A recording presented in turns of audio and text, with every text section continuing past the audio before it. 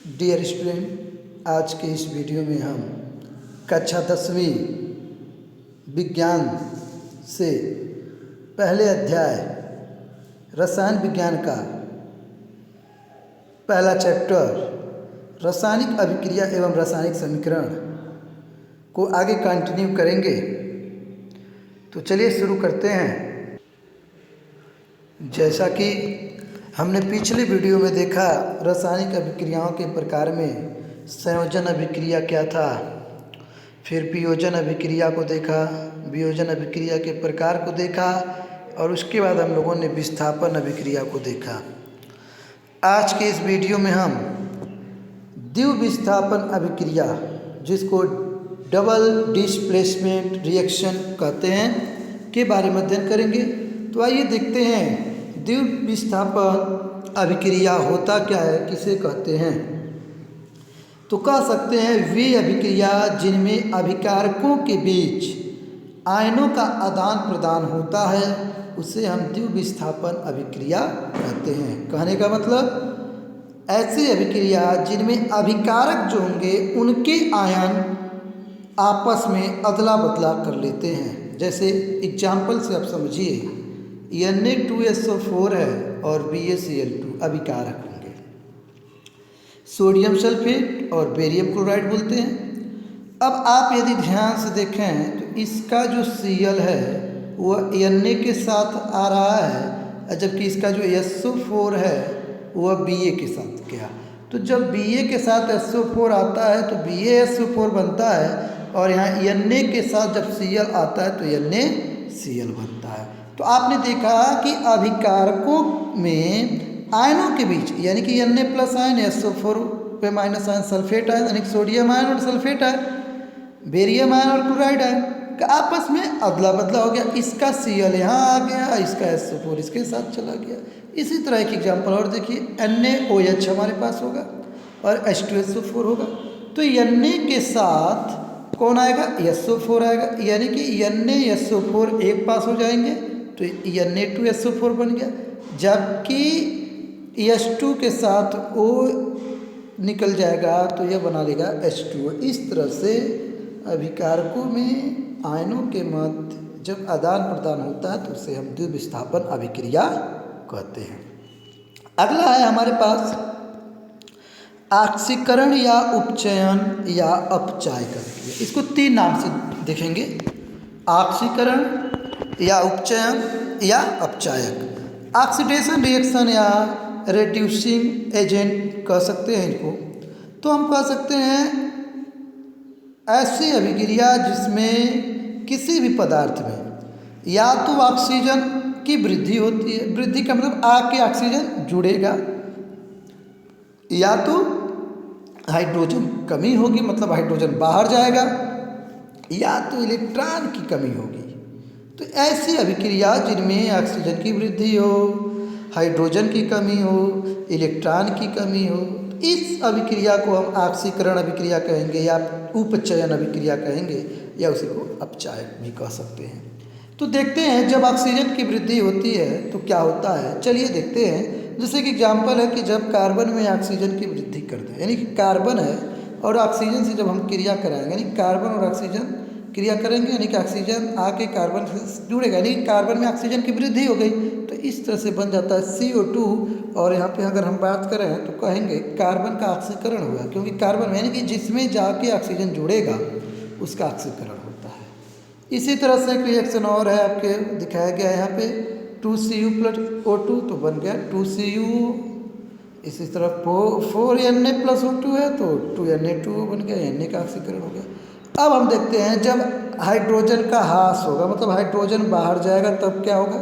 तो sulphur hydride ले लेते हैं, जिसको हाइड्रोजन सल्फाइड भी कह सकते हैं। इसमें हाइड्रोजन का ह्रास होगा, यानी कि यहाँ से हाइड्रोजन निकलेगा, H2S से क्या होगा, हाइड्रोजन एक बाहर जाएगा, और वह हाइड्रोजन बाहर जाएगा किसके पास, H के पास, यानी कि दो हाइड्रोजन निकल के जाएगा तो 2H और 2Br मिलके बनाएगा 2HBr, और यस अकेला हो गया, यानी कह सकते हैं यहाँ पर यस का ऑक्सीकरण हो रहा है। तो आपने देखा कि यहाँ से हाइड्रोजन, यानी कि हाइड्रोजन सल्फाइड से हाइड्रोजन बाहर चला गया, सिर्फ सल्फर बचा। इस तरह से जहाँ से हाइड्रोजन निकलेगा उसका ऑक्सीकरण होता है। इसी तरह से आपको यहाँ इस तरह की कुछ अभिक्रियाएं दिखाई, आप खुद देख सकते हैं। अब यदि हम बात करें तीसरे पॉइंट की कि जब इलेक्ट्रॉन की कमी होती है, यानी इलेक्ट्रॉन की कमी होगी, तब इलेक्ट्रॉन की कमी का मतलब उसमें पहले से जो भी इलेक्ट्रॉन होंगे उसमें कुछ मात्रा कमी हो गई।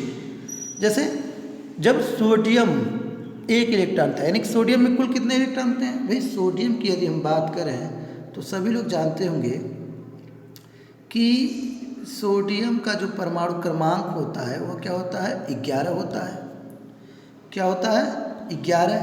तो कहा जाए 11 परमाणु क्रमांक है, यानी कि इलेक्ट्रॉनों की संख्या भी इसमें कितनी है? 11। सोडियम में कितने इलेक्ट्रॉन है? 11। तो एक इलेक्ट्रॉन जब ये अगर त्यागता है, यानी कि इसके पास कितने इलेक्ट्रॉन बच गए? जब एक इलेक्ट्रॉन इसने बाहर किया तो यहाँ बचा 10 इलेक्ट्रॉन। तो 10 इलेक्ट्रॉन, यानी कि इस तरह से हम कह सकते हैं यहाँ पे इलेक्ट्रॉन की कमी हुई। तो इस बात को दिखाते कैसे हैं? तो Na हो गया, Na में 11 इलेक्ट्रॉन है। Na क्या किया? अपना एक इलेक्ट्रॉन बाहर कर दिया, यानी कि जब इलेक्ट्रॉन, यानी कोई भी तत्व जब इलेक्ट्रॉन त्यागता है तो उसके ऊपर धन आवेश आता है, यानी कि धन आयन बना लेता है, इससे सोडियम आयन हो गया। इसी तरह Fe2+ है, तो एक इलेक्ट्रॉन यदि यह त्यागता है तो Fe के पास कितने इलेक्ट्रॉन हो गए? 3 इलेक्ट्रॉन हो गए। 2Cl- है, एक इलेक्ट्रॉन त्यागेगा, Cl2 बना लेगा। तो बच्चों यदि आपको समझ में नहीं आएगा तो आप हमें कमेंट बॉक्स में बताइएगा, फिर हम आपको बताएंगे, समझाएंगे और भी तरीक़ों से। इसी तरह से हम देख सकते हैं अपचयन या अवकरण अभिक्रिया, जिसको ऑक्सीकरण भी बोल सकते हैं। तो अपचयन या अवकरण अभिक्रिया को हम बोलेंगे, क्या बोलेंगे? Reduction reaction. क्या बोलेंगे? रिडक्शन रिएक्शन या ऑक्सीडाइजिंग एजेंट बोल सकते हैं, यानी कि रिडक्शन रिएक्शन बोलेंगे तो क्या होगा? इसको कैसे डिफाइन करेंगे? कह सकते हैं उसका ठीक अपोजिट बोलेंगे। क्या? कि इस अभिक्रिया में या तो ऑक्सीजन की कमी होगी, या तो हाइड्रोजन की वृद्धि होगी, या तो इलेक्ट्रॉन की वृद्धि होगी, है ना उल्टा पहले वाले की। तो आइए देखते हैं जब ऑक्सीजन की कमी होगी तब क्या होगा। तो हम देख सकते हैं जब ऑक्सीजन की कमी होगी, यानी कि हमारे पास CuO है, ऑक्सीजन की कमी होगी, यानी कि यहाँ का ऑक्सीजन निकल जाएगा और वह ऑक्सीजन हाइड्रोजन के साथ जाएगा और वह बना लेगा H2O, जबकि हमारे पास सिर्फ और सिर्फ क्या बचेगा? Cu। तो यहाँ हम कह सकते हैं CuO का अपचयन हुआ, जहाँ से ऑक्सीजन निकला वहाँ अपचयन। आप समझ सकते हैं इस तरह से। इसी तरह आप देख सकते हैं जब हाइड्रोजन जुड़ता है, मतलब हाइड्रोजन आके जुड़ेगा, तो सल्फर से हाइड्रोजन जुड़ी, जैसे सल्फर है, सल्फर में हाइड्रोजन जुड़ेगा, H2S बना लिया, यानी कि जहाँ जुड़ेगा वहाँ अपचयन होगा यस का। इसी तरह हम बात कर सकते हैं जब इलेक्ट्रॉन की वृद्धि हो, तो जब सोडियम एक इलेक्ट्रॉन ग्रहण करता है, जैसे Na+ है, यानी कि इस समय सोडियम में कितने इलेक्ट्रॉन है? इस समय सोडियम के पास 10 इलेक्ट्रॉन है। एक इलेक्ट्रॉन लेगा तो 11 इलेक्ट्रॉन हो गया। 11 इलेक्ट्रॉन वाला सोडियम कैसा होता है? Na जैसा होता है, सिर्फ और सिर्फ Na बनाता है। इसी तरह Fe3+ है, एक इलेक्ट्रॉन लेगा तो Fe2+ होगा, यहाँ घटेगा नहीं, यह ध्यान है। 3+ है, इलेक्ट्रॉन माइनस का होता है, ऋण आवेश होता है, तो आएगा तो कम होगा, इसलिए 3 था तो 2 हो गया। इस तरह से आपको यहाँ भी दिखा दिया गया। अब अगली अभिक्रिया की हम बात करें, उपचयन अपचयन अभिक्रिया, जिसको हम रेडॉक्स अभिक्रिया भी कहते हैं, रेडॉक्स रिएक्शन। तो हम आपको बताएं ये जो शब्द रेडॉक्स है, इस शब्द रेडॉक्स में यदि देखा जाए तो यह शब्द रेड और ऑक्स से मिलकर बना है। तो रेड का मतलब रिडक्शन, रिडक्शन का मतलब होता है अपचयन, और ऑक्स का मतलब ऑक्सीडेशन, ऑक्सीडेशन को ऑक्सीकरण कहते हैं। तो यानी कहने का मतलब जो शब्द रेडॉक्स है वह ऑक्सीकरण और अपचयन के मिलने से बना है, और इसे हम अपचयोपचय अभिक्रिया भी कहते हैं। अपचयोपचय अभिक्रिया भी कहेंगे, अपचयोपचय अभिक्रिया, यानी कि यह होगा क्या? तो कह सकते हैं ऐसी अभिक्रिया जिसमें ऑक्सीकरण और क्या कहेंगे, जिसमें ऑक्सीकरण और अपचयन दोनों क्रियाएं होंगी साथ साथ, उसी को रेडॉक्स अभिक्रिया कहेंगे। या तो दूसरी भाषा में आप कह सकते हैं ऐसी अभिक्रिया जिसमें एक अभिकारक का उपचयन अर्थात ऑक्सीकरण हो और दूसरे का अभिकारक होता है, दूसरे अभिकारक का अपचयन होता है।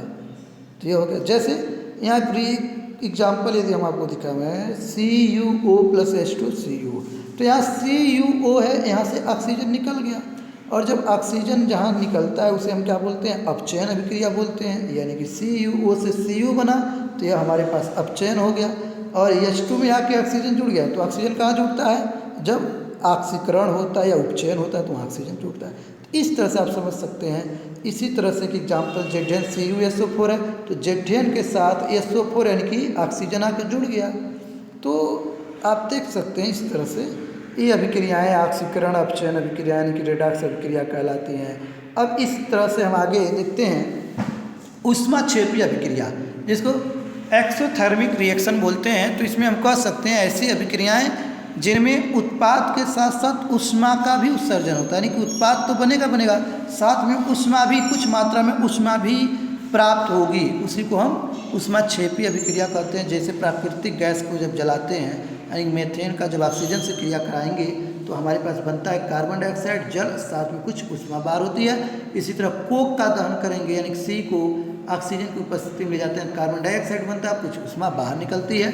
अगला आता है हमारे पास ऊष्माशोषी अभिक्रिया, जिसको हम बोलते हैं एंडोथर्मिक रिएक्शन, यानी कि जिन अभिक्रियाओं में ऊष्मा की आवश्यकता होती है, जो अभिक्रियाएं ऊष्मा पा के होती हैं, यानी कि ऊष्मा दिया जाएगा तभी वो पूर्ण होंगी, तो ऐसे अभिक्रियाओं को हम ऊष्माशोषी अभिक्रिया कहते हैं। जैसे जब कार्बन और जल आपस में क्रिया करेंगे, यानी कार्बन ले लिया जाए, जल ले लिया जाए, थोड़ी सी ऊष्मा उनको दें तो ये क्या बनाता है, कार्बन मोनोऑक्साइड बनाता है, साथ में हाइड्रोजन गैस बाहर करता है। इसी तरह नाइट्रोजन ऑक्सीजन साथ में ऊष्मा दिया जाएगा तो नाइट्रिक ऑक्साइड बना लेता है। तो यह आपका था ऊष्माशोषी अभिक्रिया। अगला है अवक्षेपण अभिक्रिया। क्या है, अवक्षेपण अभिक्रिया, यानी कि क्या होता है, तो हम कह सकते हैं जब किसी अभिक्रिया का कोई उत्पाद जल में अघुल, यानी कि जब कोई अभिक्रिया होती है जो उत्पाद बनता है, अगर वह उत्पाद जल में अघुलनशील, यानी कि जल में विलय नहीं है, जल में नहीं घुल पाता है, तो उसी को हम अवक्षेप कहते हैं, और इस अभिक्रिया को अवक्षेपण अभिक्रिया कहते हैं। जैसे एक रिएक्शन है, बेरियम क्लोराइड और एल्यूमिनियम सल्फेट जब आपस में क्रिया करते हैं तो एल्यूमिनियम क्लोराइड और बेरियम सल्फेट बनता है, यानी कि बेरियम सल्फेट भी जल में नहीं घुलेगा और एल्यूमिनियम क्लोराइड भी जल में नहीं घुलेगा। इसी तरह से कुछ रिएक्शन है, कैल्शियम हाइड्रोक्साइड को कार्बन डाइऑक्साइड के साथ क्रिया कराएंगे तो कैल्शियम कार्बोनेट बनेगा और जल बन जाता है। तो जो कैल्शियम कार्बोनेट है यह अवक्षेप के रूप में होता है, यह जल में नहीं घुलता है। जैसे चाक आप देखे होंगे, चाक को जल में घोल लेते हैं, नहीं घुल पाते हैं, तो इस तरह से अवक्षेप है, यानी कि जो पदार्थ जल में अघुलनशील होगा उसी को हम अवक्षेप कहते हैं। अगला जो टॉपिक हमारा होगा वह होगा विकृत गंधिता, जिसको हम रैंडिसिटी बोलते हैं, जिसको हम रैंसिडिटी बोलते हैं। और यह होगा क्या, कहेंगे इसमें हम वसायुक्त या तैलिक खाद्य पदार्थ को। आप देखे होंगे अपने घरों में, यानी कि जब आप भोजन को लंबे समय तक खुले में वैसे रख देते हैं तो वह भोजन खराब हो जाता है, यानी कि उसका ऑक्सीकरण हो जाता है और उसकी गंध बदल जाती है, स्वाद बदल जाता है। तो इसी प्रक्रिया को हम विकृत गंधिता कहते हैं। तो कैसे कहेंगे, कहेंगे वसायुक्त या तैलीय खाद्य पदार्थ को अधिक लंबे समय तक खुले में रखने पर वह ऑक्सीजन से क्रिया करके, यानी कि जो वायुमंडल में ऑक्सीजन गैस है उससे क्रिया करके क्या होता है, उसका ऑक्सीकरण हो जाता है। यह ऑक्सीकरण से उसकी गंध स्वाद दोनों बदल जाती है और इसी प्रक्रिया को हम विकृत गंधिता कहते हैं। आपके स्क्रीन पे डिफिनेशन लिखा गया है, आप लिख सकते हैं, साथ में नोट्स बनाइए, मज़ा आएगा पढ़ने में आपको। इसे रोकने के लिए कम सक्रिय गैस नाइट्रोजन का उपयोग करते हैं, यानी कि इस क्रिया को विकृत गंधिता को यानी कि रैंसिडिटी को रोकना है तो हमें क्या होगा, यानी कि नाइट्रोजन गैस का उपयोग करना होगा। जैसे आप देखेंगे आलू की जो चिप्स आते हैं वह भाई कई दिनों तक पैकेट में रहता है, वो ख़राब नहीं होता है। क्यों? क्योंकि आलू के चिप्स के अंदर नाइट्रोजन गैस भरी जाती है जिससे आलू का चिप्स अधिक समय तक ताज़ा रहता है। यानी कि आपसे पूछा जाए विकृत गंधिता रैंसिडिटी को यदि रोकना है तो हमें किस गैस को प्रयोग में लाना होगा, तो आप बताएंगे नाइट्रोजन को। एक क्वेश्चन है, देख सकते हैं, तेल और वसा युक्त खाद्य पदार्थों में नाइट्रोजन गैस क्यों मिलाई जाती है? तो आप कह सकते हैं जब तेल और वसा युक्त खाद्य पदार्थों में नाइट्रोजन गैस मिलाई जाती है तो इससे उस खाद्य पदार्थ के पैकेट से ऑक्सीजन को हटाने में मदद मिलती है। यानी कि ऑक्सीजन को, जैसे ही भाई ऑक्सीजन रहेगा तभी ऑक्सीजन से क्रिया करेगा और फिर उसके स्वाद गंध में परिवर्तन होगा, यानी कि रेंसिडिटी की क्रिया देखने को मिलेगी। और जब वहाँ ऑक्सीजन होगा नहीं तो ऐसी क्रिया नहीं होगी, इसीलिए नाइट्रोजन गैस मिलाई जाती है जिससे वहाँ से ऑक्सीजन हट जाए और हमारा जो खाद्य पदार्थ है वह खराब होने से बच जाए। तो यह होता है। अगला हम देखते हैं कोरिजन क्या होता है, जिसको हम संक्षारण भी बोलते हैं। तो संक्षारण के बारे में अगर हम बात करें तो कह सकते हैं जब कोई धातु, यानी कोई भी धातु जब वायुमंडल में उपस्थित नमी के संपर्क में आती है तो वह उस नमी में उपस्थित ऑक्सीजन से क्रिया करके उस धातु की ऑक्साइड में बदल जाती है, यानी कि उस धातु की ऑक्साइड बना लेती है। यानी कि जब कोई धातु वायुमंडल में उपस्थित नमी के ऑक्सीजन से क्रिया करेगी तो वह उस धातु के ऑक्साइड को बनाती है, जिससे धातु धीरे धीरे क्षरण होने लगता है, कमजोर होने लगता है, जिसे हम जंग लगना या संक्षारण कहते हैं। इसी प्रक्रिया को संक्षारण कहा जाता है। जैसे आप देखेंगे लोहे पर जंग लगता है, चांदी काले रंग की हो जाती है, तांबा पर हरे रंग की परत जम जाती है, तो ये सब संक्षारण है। अब इस संक्षारण को रोकने के उपाय क्या होंगे? तो आप क्या कर सकते हैं, धातु की सतह पर कोई भी पेंट लगा सकते हैं, ग्रीस लगा सकते हैं, तेल लगा सकते हैं, ये सब लगाकर उसको हम संक्षारण होने से रोक सकते हैं। अब देखते हैं लोहे पर जंग लगना क्या होगा। तो कहेंगे हम लोहे पर जंग क्या है कि जब लोहे की वस्तु नमी वाली स्थान पर रखी जाती है तब वह नमी में उपस्थित ऑक्सीजन से क्रिया करके लोहे पर एक भूरे रंग की परत, जिसको हम आयरन ऑक्साइड बोलते हैं, बना लेती है। और इसी आयरन ऑक्साइड को हम लोहे पर जंग लगना कहते हैं। और इसका जो सूत्र होता है वह होता है Fe2O3 × XH2O। X क्या है? कोई भी संख्या, जल की कोई भी मात्रा हो सकती है। इसी तरह से हम कुछ छोटे छोटे पॉइंट्स को देखते हैं, जिसमें सबसे पहले हमारा आता है आयन। आयन क्या होगा? कहेंगे आवेश युक्त समूह, यानी कि आवेश युक्त समूह, यानी कि उसके ऊपर आवेश हो, उन समूहों को या आवेश युक्त परमाणु या परमाणुओं के समूह को हम क्या कहेंगे? आयन कहेंगे। जैसे आप देखेंगे Na के ऊपर अगर प्लस है तो यह सोडियम आयन बोलेंगे, ना कि इसको सोडियम। Na को सिर्फ सोडियम बोलेंगे और Na+ को सोडियम आयन बोलेंगे। NH4 को पे प्लस है जिसको बोलते हैं अमोनियम आयन। PO4 पे ट्रिपल माइनस, यानी कि फास्फेट आयन बोलेंगे। तो ये हमारा आयन था। अगला हमारे पास है मूलक या समूह क्या होते हैं। तो देखते हैं मूलक या समूह।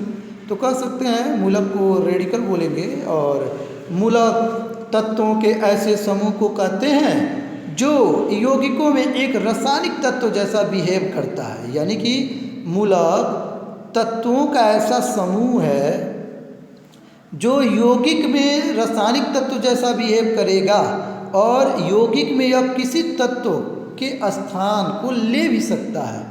मतलब रासायनिक तत्व के काम करेगा और जहाँ कमी होगा उस कमी को यह पूरा भी कर सकता है या उसे विस्थापित कर सकता है। और बात है मूलक कितने प्रकार के होते हैं, तो मूलक 2 प्रकार के होते हैं।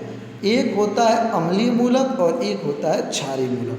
तो हम आपको बता दें अम्लीय मूलक क्या होंगे, यानी कि जो धन मूलक होंगे वह हमेशा और हमेशा क्षारीय होंगे। जैसे NH4 पे प्लस है तो यह क्षारीय है, Ag+ है क्षारीय है, Pb2+ है तो क्षारीय है।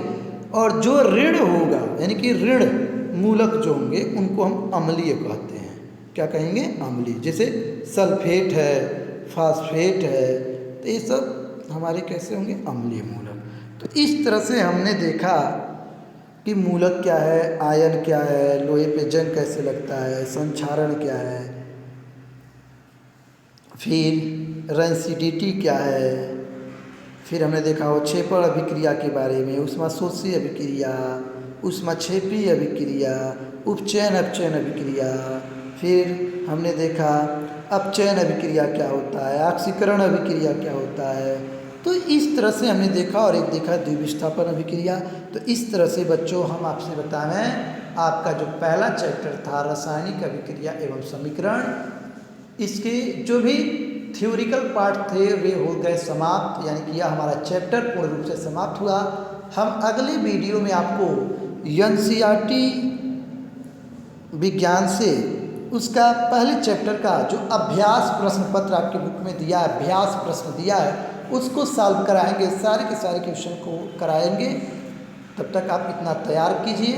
फिर मिलते हैं हम लोग अगले वीडियो में, और वह हमारा वीडियो जो होगा वह अभ्यास होगा, और आप उसके कुछ प्रश्नों को तो स्वयं से हल कर सकते हैं, कुछ प्रश्न होंगे जो हमको बताना होगा।